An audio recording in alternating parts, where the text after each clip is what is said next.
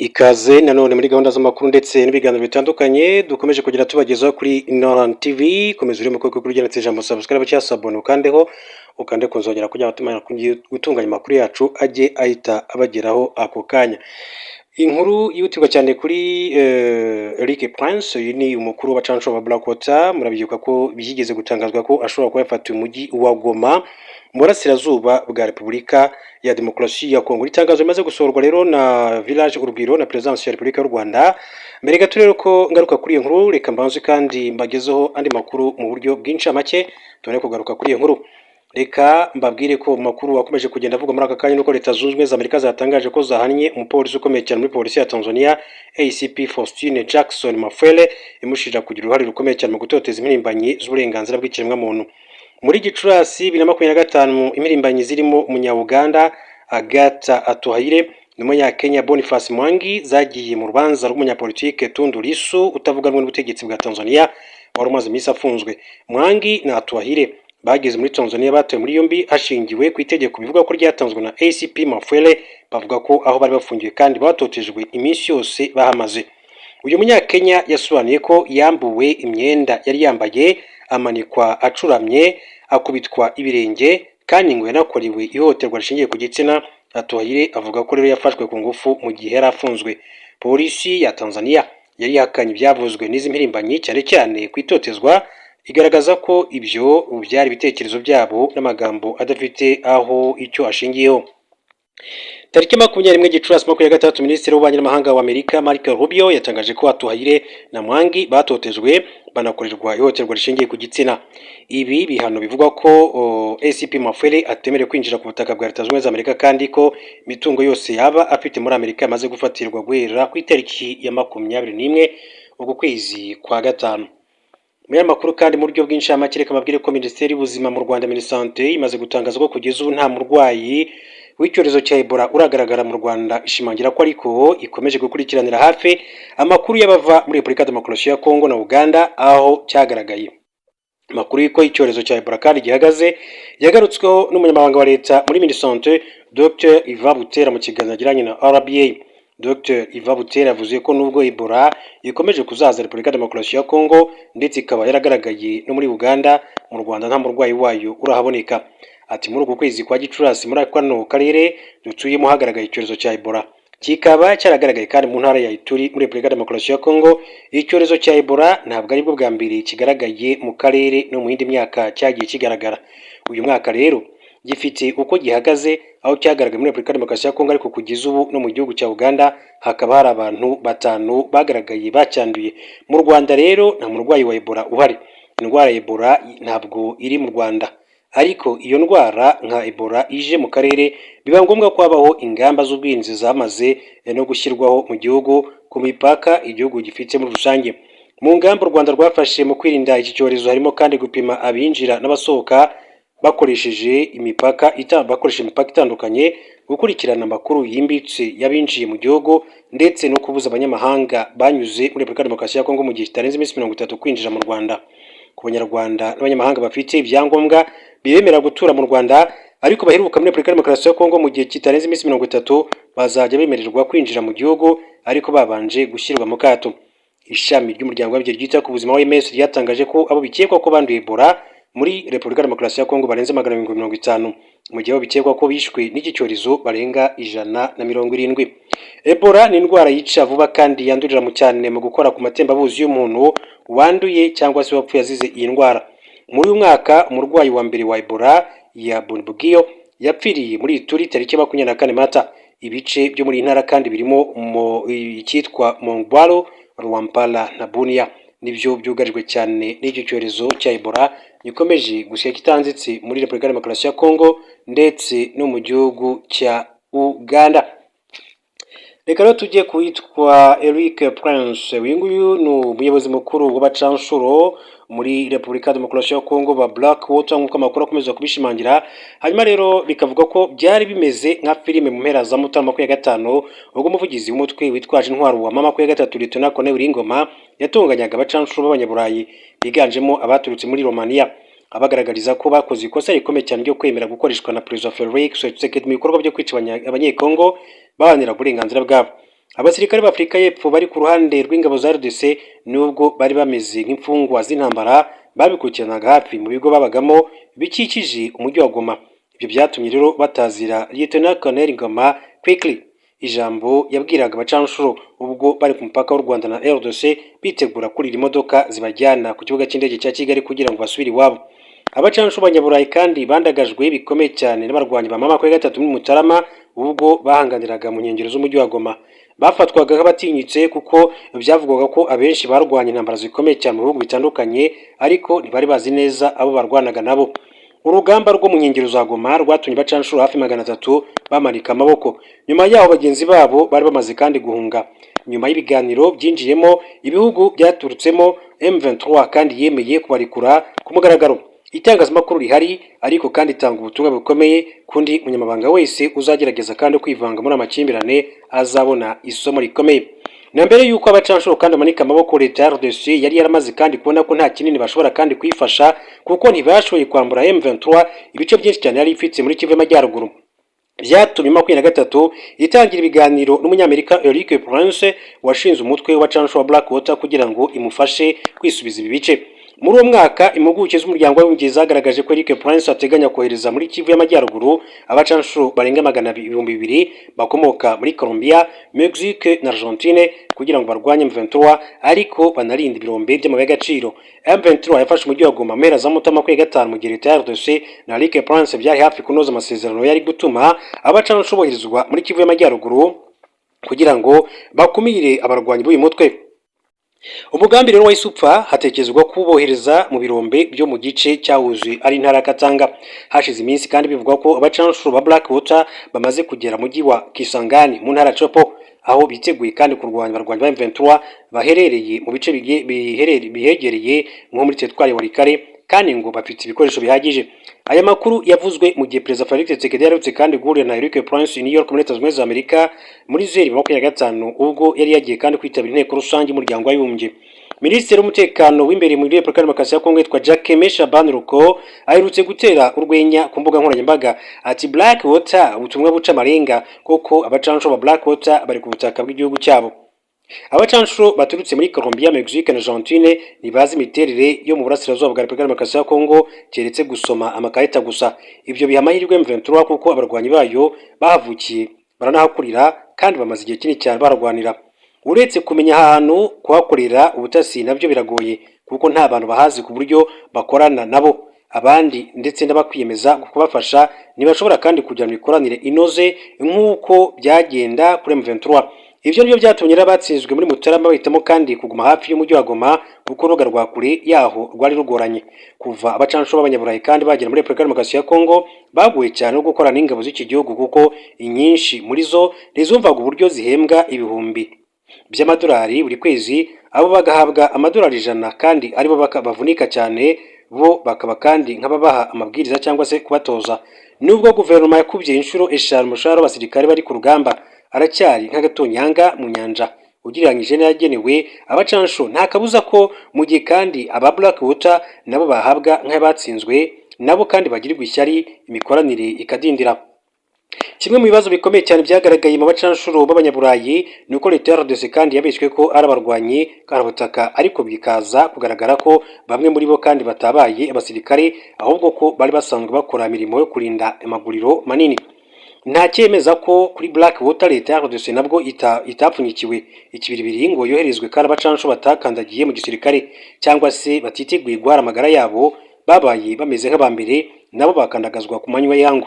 Guverineri w'intara ya Kivu y'Amajyaruguru washyizweho na M23 Bahati Erasto Musanga ubwo yasuraga abaturage bo muri Busumba ndetse na Mpati muri teritwari ya Masisi mu kwezi gushize, yasobanuriye ko ubushobozi bw'abanyarwanyi babo bwisumbuyeho bityo ko ntawe basubiza inyuma. Bahati wamaze igihe kinini cyane ari mu bajyanama ba General Sultan Makenga yagize ati dufite ibikoresho byose ntacyo tudafite, ntabwo bazadutsinda, twe ibyo dukora byose turi kumwe n'Uwiteka, tugendana kandi n'Imana kandi Imana izarushaho kandi kudufasha. Minisitiri w'Ububanyi n'Amahanga n'Umutwerano w'u Rwanda Ambasaderi Olivier Nduhungirehe ubwo yasubizaga kandi Shabani yamwibukije ko Loni n'Umuryango wa Afurika Yunze Ubumwe bitemera ikoreshwa ry'abacanshuro. Minisitiri Nduhungirehe yamenyesheje kandi Shabani ko mu gihe abacanshuro ba Blackwater batsindwa nk'ababanjirije, yizeye ko u Rwanda rutazongera kandi gusabwa kubaha inzira yo kunyuramo icyo gihe nk'uko uwitwa Olivier Nduhungirehe yabigarutseho. Tujye kuri nyakubahwa perezida wa Repubulika Paul Kagame rero uri Doha mu ruzinduko rw'akazi rw'umunsi umwe yakiriwe na Emir wa Qatar Sheikh Tamim bin Hamad Al Thani. Umukuru w'igihugu yageze i Doha mu gitondo cyo kuri cyumweru tariki 24 Gicurasi 2026. Amakuru yashyizwe hanze na Village Urugwiro avuga ko perezida Paul Kagame na Emir wa Qatar bahuriye mu biro bye bizwi nka Amir Diwan baganira ku mubano ukomeye uri hagati y'u Rwanda na Qatar ndetse n'ubufatanye bukomeje hagati y'ibihugu byombi mu nzego zitandukanye. Perezida Paul Kagame na Emir wa Qatar baganire kandi ku bibera mu turere u Rwanda na Qatar biherereyemo, bashimangira ubushake basangiye bwo guharanira amahoro n'umutekano ku isi. Umukuru w'igihugu yagaragaje ko u Rwanda rukomeje kandi kwifatanya n'abaturage ba Qatar. Uru ruzinduko rero rukaba ruje mu gihe kandi muri Repubulika Demokarasi ya Kongo ihana imbibi n'u Rwanda hakomeje imirwano ihanganishije ingabo z'iki gihugu umutwe wa M23. Ni mu gihe kandi Qatar nayo ihanganye n'ingaruka z'ibitero yagabwe na Iran kuva Amerika na Israel bayishozaho intambara. U Rwanda na Qatar bifitanye umubano w'ubufatanye mu nzego zitandukanye zirimo ishoramari, ubukerarugendo n'ubwikorezi. Ibihugu byombi kandi bitangiye imikoranire mu bijyanye n'ubwikorezi bwo mu kirere, aho biteganyijwe ko minsi iri imbere Qatar Airways izegukana imigabane 49% muri Rwandair. Uretse Rwandair, Qatar inafite imigabane ingana 60% umushinga w'ikibuga cy'indege cya Bugesera. Bagize bati today in Doha, President Paul Kagame met with His Highness Sheikh Tamim bin Hamad Al Thani, Emir of the State of the Qatar, during his one day of working visit to Qatar. His Highness welcomed President Paul Kagame at the Amir Diwan, where the two leaders discussed the strong. Ati mu by'ukuri abayobozi ku mpande zombi baganiriye ku bigize umubano hagati y'ibihugu byombi, hagati y'u Rwanda n'iki gihugu cya Qatar. Muri Leta Zunze Ubumwe za Amerika kandi aravuga inkuru y'uko witwa Nasile Beste ushingwa kuba ari bo warashe amasasu menshi cyane hafi y'ibiro by'umukuru w'igihugu muri Leta Zunze Ubumwe za Amerika Maison Blanche kuwa gatandatu tariki 23 Gicurasi 2023 yishwe arashwe kuwa gatandatu nibo kandi hafi ya White House humvikanye urusaku rw'amasasu yarashwe inshuro 6 ndetse bashinzwe umutekano batangira kandi kurasana n'uwagabye igitero. Impande zombi zarasanye kandi mu gihe Perezida Donald Trump yari muri White House. Mu rukiko rwo kuri cyumweru byatangajwe ko Nasile Best imyaka 21 ukekwaho kugaba iki gitero yishwe arashwe n'urwego rwa Secret Service yashizemo umwuka ubwo yari mu nzira ajyanwa kwa muganga. Amakuru dukesha Fox News avuga ko uyu musore yagiye ahangana kenshi n'abakozi ba Secret Service ndetse ko yari afite ibibazo by'ubuzima bwo mutwe. Gukurasa ku kiba abari hafi ya White House ya Maison Blanche bashyizwe mu kato aho batari bemerewe kandi gusohoka mu nzu zabo nk'uko amakuru yakomeje kugenda bishimangira. Amakuru rero ni menshi cyane akomeza kugenda avugwa gusa, reka dukine mu karere ka Rutsiro mabwire ko abantu 9 bo muri aka karere bataye muri yombi bakekwa ko uruhare mu bujura bw'ibendera ry'igihugu ryibwe ku biro by'akagari.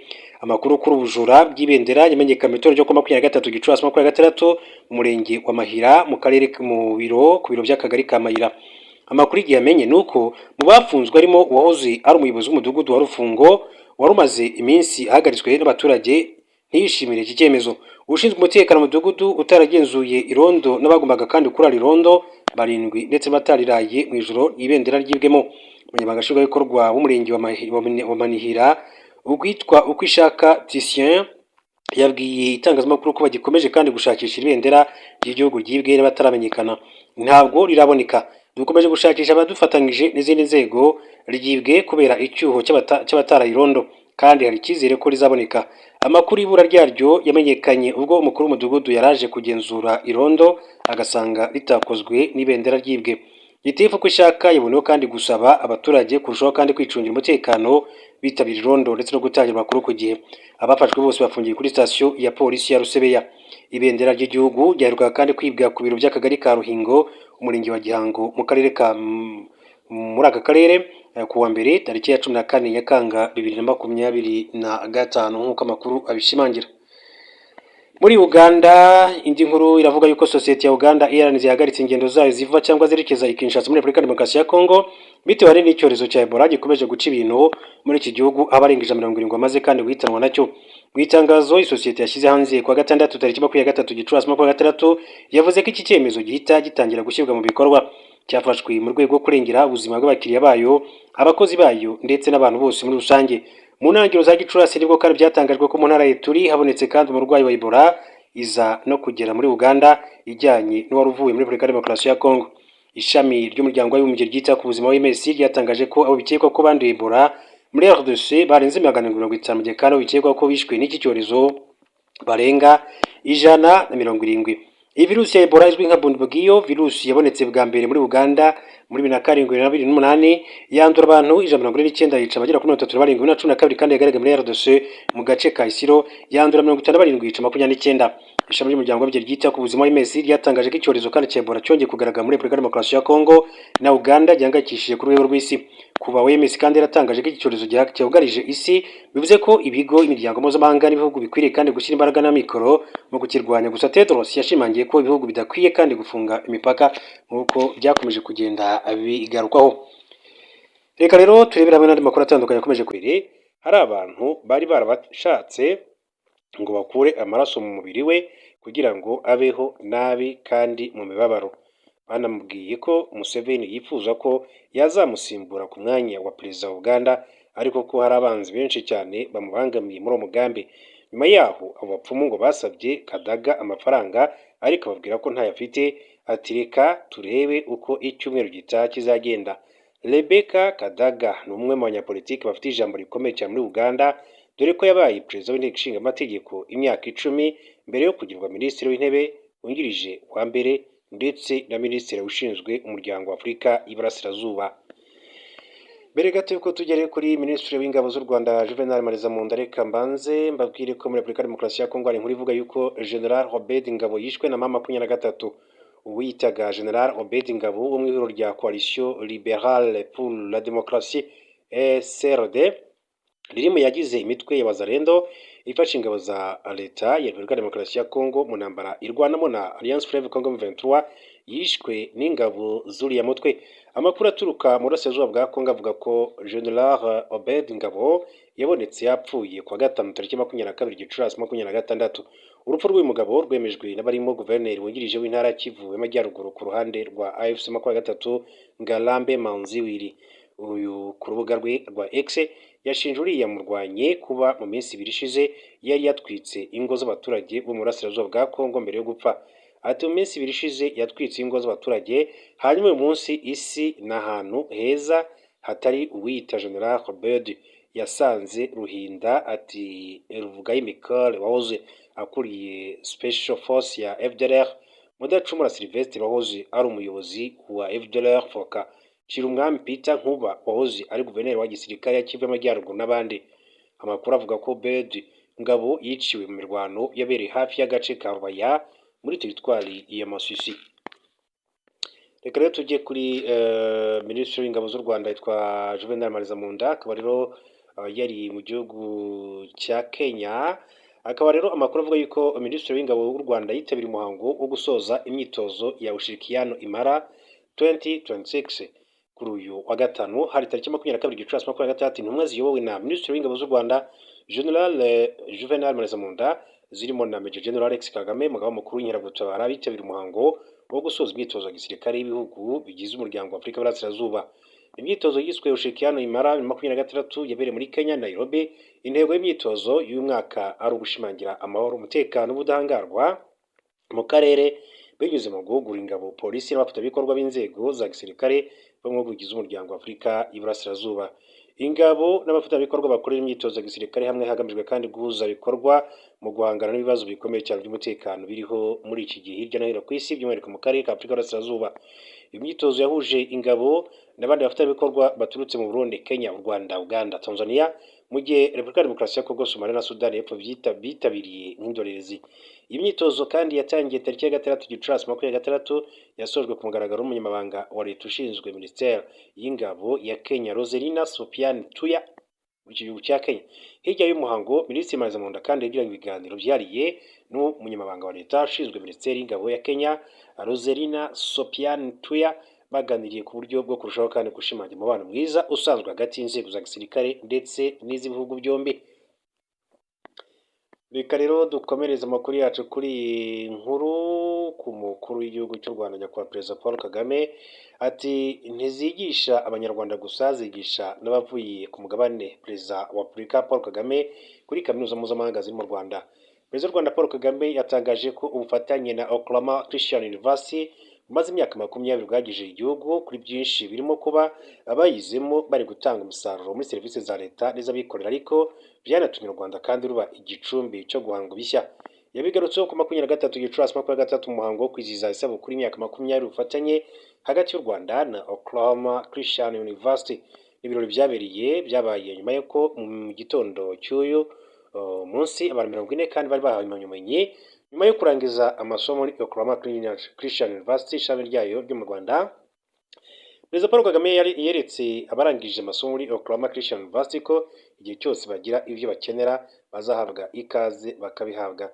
Perezida Paul Kagame yashimiye Dr Mike O'Neill wayoboye iyi kaminuza na madamu we Nancy O'Neill kuko aribo bagize uruhare rukomeye cyane mu gutuma ubufatanye bubaho. Yavuze ko impande zombi zavuganye bwa mbere na O'Neill yasuye u Rwanda muri 2004 ndetse icyo gihe kandi nta wari gutekereza ko ikiganiro bagiranye kuri gahunda y'icyerekezo cy'uburezi bw'u Rwanda cyavamo umubano uri ku rwego rukomeye nk'uko bimeze uyu munsi. Ntibyatwaye igihe kirekire ngo tubone umusaruro. 2006 abanyeshuri ba mbere 10 b'Abanyafurika bagiye kwiga muri Oklahoma Christian University binyuze muri buruse ya perezida. Nyuma y'imyaka 20 hari abarenga 700 kandi bari gutanga umusaruro mu miyoborere, harimo n'abayobozi bakuru muri guverinoma ndetse mu rwego rw'abikorera mu Rwanda. Perezida Kagame yavuze ko nyuma y'ubufatanye ubu mu Rwanda habaye igicumbi cya kaminuza mpuzamahanga kandi bihuye n'intego y'igihugu. Bimwe mu bikomeye kandi ubufatanye bwagezeho nuko ubu mu Rwanda habarizwa kaminuza nyinshi cyane zo ku rwego mpuzamahanga. Ibi bihuye na gahunda kandi y'iterambere y'igihugu cyacu cyo guhinduka igicumbi cyo guhanga ibishya mu karere. Bisobanuye byinshi kuri twe. Iyi kaminuza ntabwo zigisha Abanyarwanda gusa, zigisha n'abanyeshuri bavuye ku mugabane wose. Yerekanye ko Afurika ifite impano nyinshi ariko hakwiye kandi gushyirwa imbaraga mu bikorwa byo kuziteza imbere. Ni ngombwa gukurikirwa n'ibikorwa tugaha urubyiruko rwacu ubumenyi ngo kandi bashobore guhangana n'abandi bo hirya no hino ku isi. Ubwo nibwo rero tuzashobora kandi kubaka iterambere mu bukungu rirambye. Perezida Paul Kagame yavuze ko u Rwanda ni kaminuza kandi bizakomeza kubakira ku byagezweho mu bufatanye bumaze imyaka myinshi. Imyaka 20 ni intambwe ikomeye cyane. Dukomeze dufatanye kwandika amateka muri uru rwego. Kuri kaminuza yatangira gukora kuva iyi kaminuza yatangira gukorana n'u Rwanda imaze gushyira ku isoko ry'umurimo abanyeshuri 784 bize amasomo atandukanye arimo icungamutungo, ubucuruzi,